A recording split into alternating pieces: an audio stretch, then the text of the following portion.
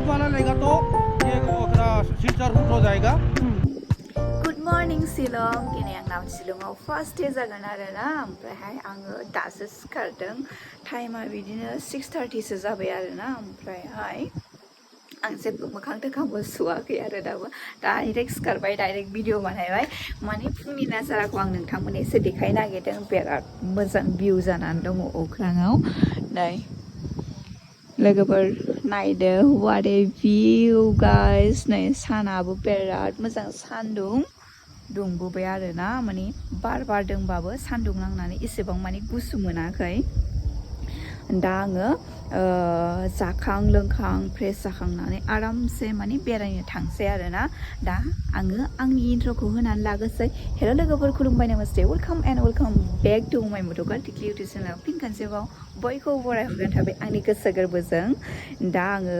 Ready जाग्रोसै लोगोफोर आरामनो लासै लासैनो दसे उनाव लोगो मोनबावसिगोन नोंथांमोनखौ दा दसे समनि थाखाय बाय स' लोगोफोर नै आङो रेडि जानानै ओंखारखांबाय आरोना ओमफ्रायहाय दा आङो थांनो ओंखारदों लाइटलुमावहाय आरोना माने आं जेब्ला सिगाङाव फैदोंमोन ना शिलंआव बे टाइमाव आङो सेरापुन्जि साइडआवसो थांदोंमोन आरोना बिथिंजाय थांनाय जायाखैमोन दा आङो बेयावनो थांनो ओंखारदों आरोना ओमफ्रायहाय दा लोगोआव नोंथांमोनखौबो लानानै थांफागासिनो आङो ओरैनोथ' नोंथांमोनहा आलदानि भिडिअ बा आरो गाव गावनो थांनानै नुखाबाय जानांगौ बे जायगाखौ होनबाबो नैबे आंनि भिडिअ आरो खनसेबाव नायबावदो आरोना दा नै आङो रेडि जाखाबाय दा ओंखारलांनांसिगौल' आरोना दा आं बिदिखौ स्टार्ट खालामसै आरो नोंथांमोनहाबो आंजों लोगोआव फैबाय थादो थ' लेट्स स्टार्ट दा भिडिअ दा नै लोगोफोर आङो गाहायाव फैबाय आरोना दादानि रुमा ओरैजाय गोजौआव गाखोलांनांगौ ओमफ्राय गाहायाव नैबाव दोनदों आरोना बावनो दोनो नै बयबो कारफोरखौ नैबावनो दोनजोबो ओमफ्रायहाय नैबे दादानि स्कुटि ओमफ्राय नैबे आंनि हिर' ओमफ्राय नै आंना हिर'आ क्लाचा बेराय बिदि बायदों आरोना बियो दाहाय दादाया फैनानै बानायफैसिगोन आरोना ओमफ्राय आङो थांगोन नैबे दादानि स्कुटिजों थांसै आरो दा आङो स्टार्ट खालामगोन लोगोफोर दा नै रेडि जाबाय नै ग्लभ्स आरिबो गानखाजोब्बाय आङो ओमफ्राय दा थांनांसिगौल' आरोना वेलकाम टु मट' ब्लग लोगोफोर माता विश्वकर्मा हर हर महादेव गणपति बाप्पा मौर्या मोजां थांनानै मोजां सफैफिनदों आयनायाबो फारसे गैला आरोना दादानानै लेफ्ट साइडनिया स्कुटिनिया बायबाय आयनाया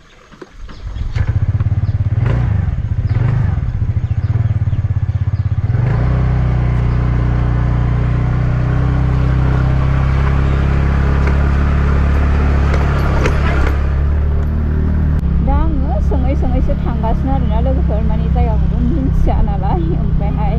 लकेसन नायबाबो एकदम माबा मबाइलाव थगायो ओंखायनो आं नायाखै आरोना दा एसे सिगाङाव पेट्रल पाम्प दंमोन बे पेट्रल पाम्पआव थांनानै सोंहैसै आरोना डाउन होने के बाद एक लेफ्ट में कच्चा रूट है वो कच्चा रूट वाला पकड़ के सीधा जाके उधर जाके उधर में जाने के बाद फिर राइट साइड लेना पड़ेगा राइट लेने के बाद सीधा ऊपर जाना है टाउन लाइन पूरा टाउन के बाद आलूगुदम पहुंचेगा आलूगुदम के बाद लाइटपुर का रूट मिलेगा कुछ भी समझ में नहीं आएगा कुछ समझ में नहीं आएगा आप लोगों को मैं बताने से मतलब लोकेशन में देखने से भी लोकेशन में आप लोग बोल सकता है आगे में जाएगा ना चलो मैं दिखाता हूँ मेरे को ठीक है सर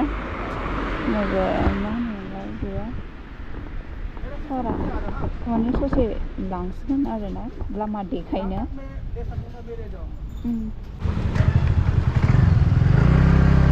बे ससे दोनलांसिगोन आरोना लामा मिन्थिया ओमफ्राय गुगोलाव दासो नायदोंमोन आरोना आङो ओमफ्राय गुगोलावबो आरो ओरैजाय सिगाङाव देखायबाय थायोरा फोथायजामारा दे गुगोल मेपखौ लामाया जायगा बिराद गाज्रि मिन्थिबायना माबा मा होनोमोनलाय बावनो एकदम हाखर बेसेबांबा गोथौ दङ आरो दाबो लामा दं खोमा अबेबा साइडजोंबो फैजायो खोमा बेखौबो मिन्थिला जों बे जायगायाव दंमोन बे जायगायाव माने बिथिंजाय खाथि जायो नालाय ओंखायनो जों बेजों फैनाय जाबाय आरोना लेफ्ट वाला लेगा तो ये सिलचर रूट हो जाएगा वो पॉइंट से आगे राइट साइड में राइट में ले लेना उधर में किसी को भी पूछना लाइटलूम का रूट कौन सा है उधर से पॉइंट में वो एक लास्ट पॉइंट ही है लास्ट सिलचर रूट हो जाएगा और आप राइट में लेगा लाइटलूम बस वही है ठीक है, थैंक यू सर। हाँ चलो सीधा ये वाला रूट है। Thank you. ठीक है, और यही ये ना लाइट एक को ही है, रूट है। एक ही है हाँ रास्ता। ये एक ही रास्ता है, लाइट को रूट यही है। हाँ ठीक है, ठीक है, थैंक जाओ यू, आराम थैंक यू, से जाओ। थैंक यू सो मच सर। ठीक है ठीक है।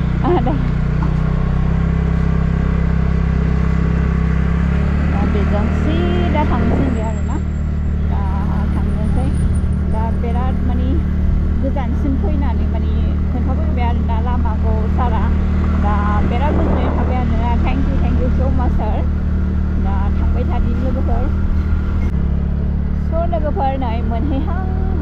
जादों आरोना, ओमफ्रायहाय बोथोरा ओरैबायदि गुसु जाबाय आरोना ओरैजाय,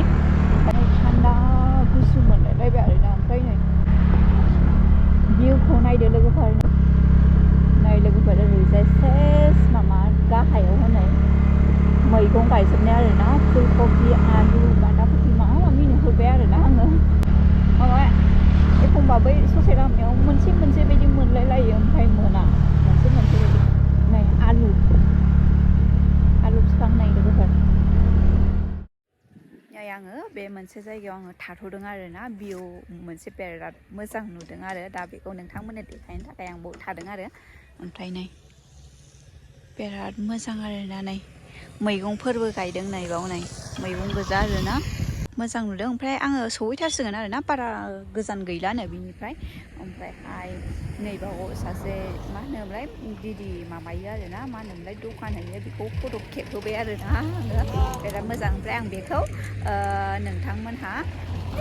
माबायाव मा होनोमोनलाय इन्सटाग्रामाव थांनानै नायबानो जाबाय, इन्सटाग्रामाव थांनानै नुगोन, नोंथांमोनहा थांनानै चेक आउट खालामहैबानो जाबाय। आङो इन्सटा आइडिखौ आंनि स्क्रिनाव होना होखाबाय, दा थांनानै फल' खालामदो आरोना। दा बेनिफ्राय बारा गोजान गैलानो, आं थांफिनफिननोसै आरोना। नै एसे नायनानै लाबावदो भिउखौ बिदि। स' लोगोफोर सौफैबाय आङो, ओमफ्रायहाय बैयाव दोनबाय आरोना आङो स्कुटिखौ, नैबे पार्किं एरिया आरोना, बाव दोनबाय।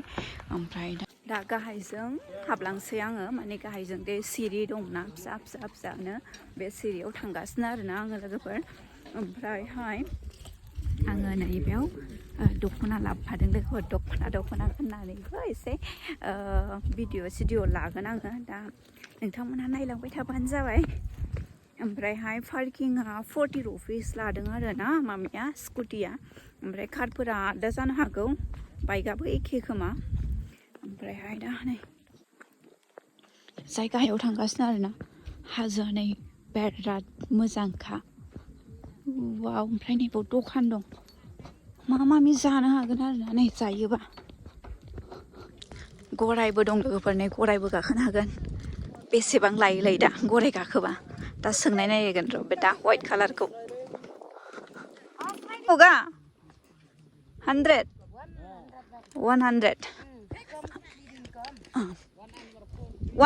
में कितना मिनट? राउंड, एक राउंड।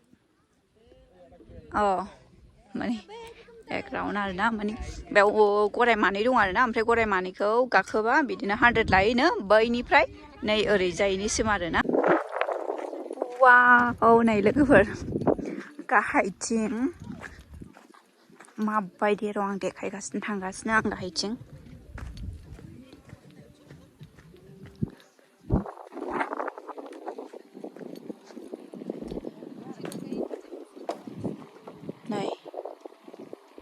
नै ओरैजाय गाहायाव थांजायो, हनै मानसिफोर दंहैयो आरोना।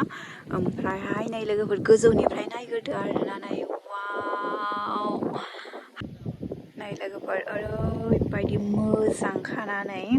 नायजाय, ओरैबायदि बिउटिफुल, नाय हाजो गोजा आरोना, बेयो हाजोनि सायाव हाजो थाखो बेबायदि नै। ओमफ्राय नै गाहायावबो गामि दंहैबावो, बेयो न' गोजा आरोना, खम खस्थ' जायो बिसोरो, नै बिराद गाहायाव दं बिसोरो। ओमफ्राय दा जों बिराद गोजौआव दं आरोना, ओमफ्राय नै बेफोरबायदि बिराद मोजां नुयो। नै बाराथ' ओरैबायदि बार खोलो बारगासिनो ना।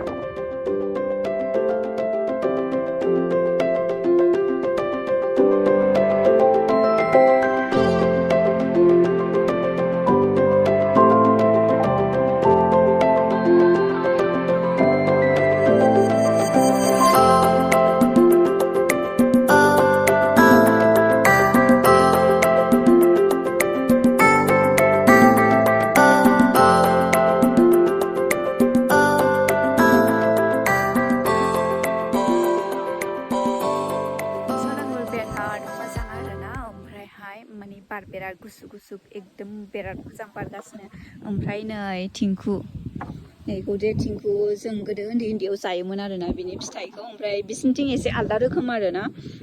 माने बिलाइआ फिसा फिसा ओमफ्राय जोंथिंजायनिया बिलाइआ गुवार गुवार जायो ओमफ्राय बेखौ जाबा सालाया एकदम गोसोम जाजोबलायोमोन आरोना जों जेब्ला स्कुल टाइमाव फरायोमोन ना बे स्कुल टाइमाव हाबबा लामायाव बिदिनो थायोमोन ना बियो बिफाङा ओमफ्राय बेयाव बिराद जायोमोन आरोना ओमफ्राय जानानै सालाया सोरना गोजासिन जाखो सोरना गोसोमसिन जाखो बेखौ बिराद नायलायलायोमोन दा नोंथांमोना जागोन ना जाया एसे कमेन्ट खालामनानै खोन्थाहरबानो जाबाय आंनो दा बेनो आरोना नै ओमफ्राय आं दा एसे गाहायथिं थांनो नागिरदों आरो सिरि दंना बेजों ओंखारलांनो नागिरदों आङो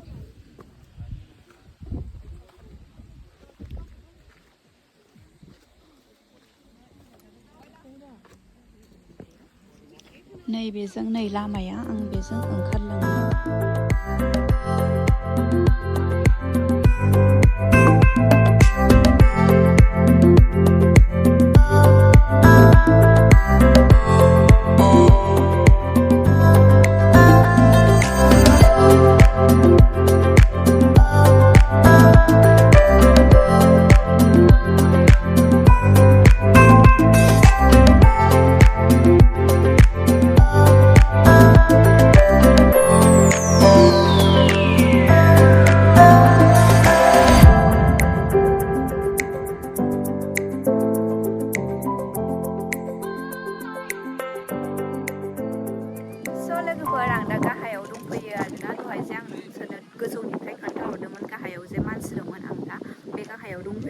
ओमफ्रायहाय नैबेदि औवानि माबा गाग्रा होदों आरोना ओमफ्राय नैबेयाव गाहायाव गोलैलाङैनि थाखाय बेलाय बेबायदि होदों ओमफ्राय नै भिउआ बेबायदि गाहायनिफ्राय बारा कभार खालामजोबनो हाया आरोना गोजौनिफ्राय साबसिन नुयो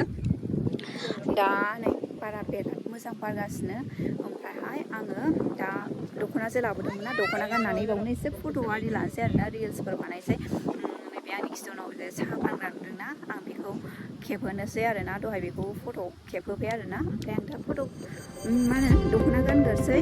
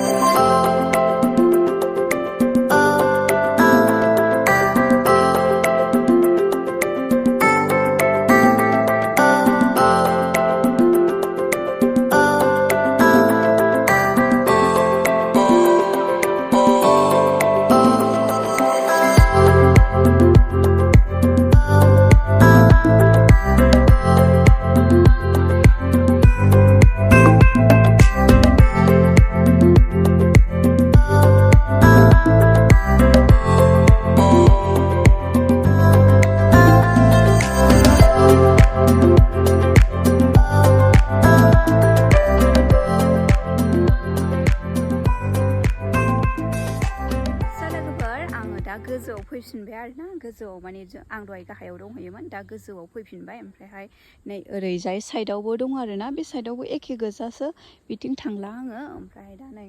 बिनिफ्रायबो भिउखौ नायहरदो एसे बिराद माने मेंनाय मोनबाय आरोना आङो बिदिनो भिडिअ लानानै रिल्स खालामनानै दैबो गांबाय सफैजायनिफ्रायनो जेबो जायाखैबो आरोना दैबो लोङाखै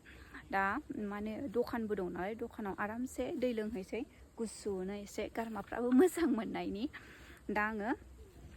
दसे थानानै थांसै आरोना लोगोफोर साहा आरिबो फानो आरोना ओरैनोथ' आं साहा लोङा ओरैनो दै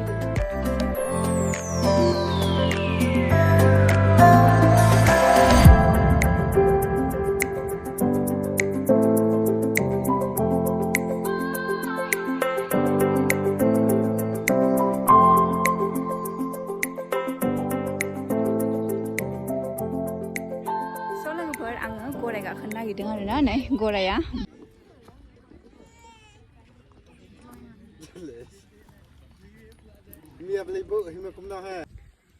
लोगोफोर नै आङो गराय गाखोबाय आरोना नै फार्स्ट टाइम लानानै खाराबानो जाबायथ' आव नै लाइटलुमाव फैनानै गरायबो गाखोबाय आरोना आङो नै फार्स्ट टाइम बेबायदि गराय गाखोदों आङो लाइफआव बेबायदि गाखोफेराखैमोन आरोना बिराद मोजां नांदों नै गाखोनानै ओमफ्राय दहाय फार्स्टआव गिदोंमोन आरोना आङो माने आं एसे दांनो नागिरदोंमोन बियो एसे बाब्राबला बायदों आरोना एसे माने उन्दुनोबो ओंखारदों खोमा माने मेगना मारैबा फिसा फिसा बेबायदि जानानै दंमोन आरो दा नै लासै लासै थाबायगासिनो नाय गान खनलायलायथारबाय